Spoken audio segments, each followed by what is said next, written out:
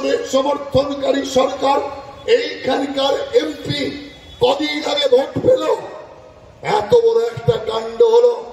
আশা তো দূরের কথা, একটা শব্দ পর্যন্ত করলেন না। এখানকার এমএলএ এত বড় ঘটনা ঘটলো, তিনি একবারের জন্য ওই পরিবারের পাশে দাঁড়ানো তো দূরের কথা, নিন্দা পর্যন্ত করলেন না। তৃণমূলের যারা মহিলা নেত্রী, তৃণমূলের যারা মহিলা মন্ত্রী, তাদের বুকে একটুও লাগে না? মমতা ব্যানার্জির বুকে না লাগতে পারে, তাদের বুকে তো লাগা দরকার। একটাও তৃণমূলের এমপি, মহিলা এমপির একটা শব্দ আপনি পাবেন না। উল্টে তৃণমূলের এক বিধায়ক সিনেমায় অভিনয় করতো, এখন আর অভিনয় পায় না। এখন দিদির কাছে অভিনয় করে যদি আবার টিকিটটা পাওয়া যায়, সে কি বলছে? সে বলছে ধর্ষণ। এ তো আগেও হতো, এখন হচ্ছে, আরো হবে, কোনো বিষয় নয়। আর মমতা ব্যানার্জি কি করেছিল আপনাদের মনে আছে?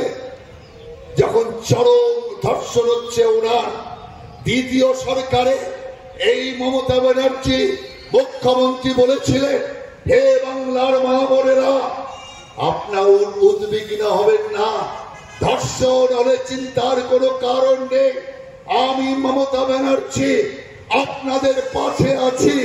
যেই মাত্র ধর্ষণ হবে আপনি 20,000 টাকা ক্ষতিপূরণ পাবেন। আবার একটু বাদেই বলল 10,000 টাকা ক্ষতিপূরণ পাবেন। আমরা বললাম অরিপাস, ক্ষণে ক্ষণে কথা পাল্টায়। এই মাত্র বলল 20,000 টাকা ক্ষতিপূরণ, এখন বলছে 10,000 টাকা ক্ষতিপূরণ।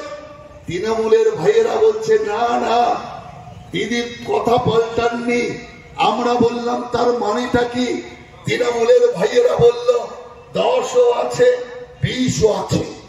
আমরা বললাম 10-20 দুরকম কেন? তৃণমূলের ভাইয়েরা বলল ফুল হলে 20, হাফ হলে 10। অবস্থা চিন্তা করেছে? এই যেন রেলের ফার্স্ট ক্লাস সেকেন্ড ক্লাসের টিকিট। কি অবস্থা! একজন মুখ্যমন্ত্রী, তিনি মহিলা মা বোনের সম্মান, চরম সম্মান যাবার পর টাকা দিয়ে সব কিনতে চায়, টাকা দিয়ে তিনি সম্মান ফিরিয়ে আনতে চান। আমি আপনাদের পরিষ্কার বলতে চাই, আমরা তো ছেলে, আপনি তো মেয়ে, কিন্তু আমরা অন্তত বুঝতে পারি, একজন মা বোনের যদি সম্মান চলে যায়, 10,000 20,000 টাকা তো হাতের ময়লা। কোটি কোটি টাকা দিয়ে মা বোনের সম্মান ফিরিয়ে আনা যায় না, হারানোর সম্মানকে ফেরানো যায় না। অথচ উনি টাকা দিয়ে সম্মান কিনতে চান।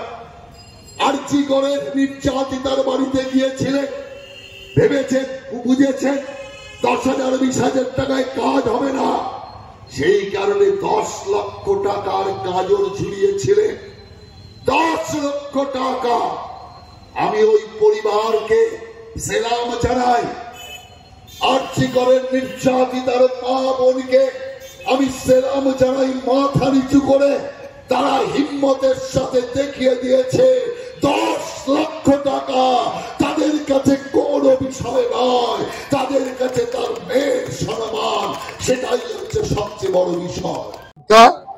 সব তৃণমূলকে ডোবাবে, তার কারণ যারা ডিজিটাল যোদ্ধা তারা মূলত যুবক যুবতী, তারা অন্তত এই বিনাশ বাংলার দেখতে পারবে না। লেখাপড়ার জন্য সব চলে যায় বাইরে, চাকরির জন্য সব চলে যায় বাইরে, বাংলায় কাজ নেই, কর্ম নেই, শুধুমাত্র অত্যাচার আর সন্ত্রাস। সেই কারণে আমি বলছি, এই ডিজিটাল যোদ্ধাই তৃণমূলকে ডোবাবে।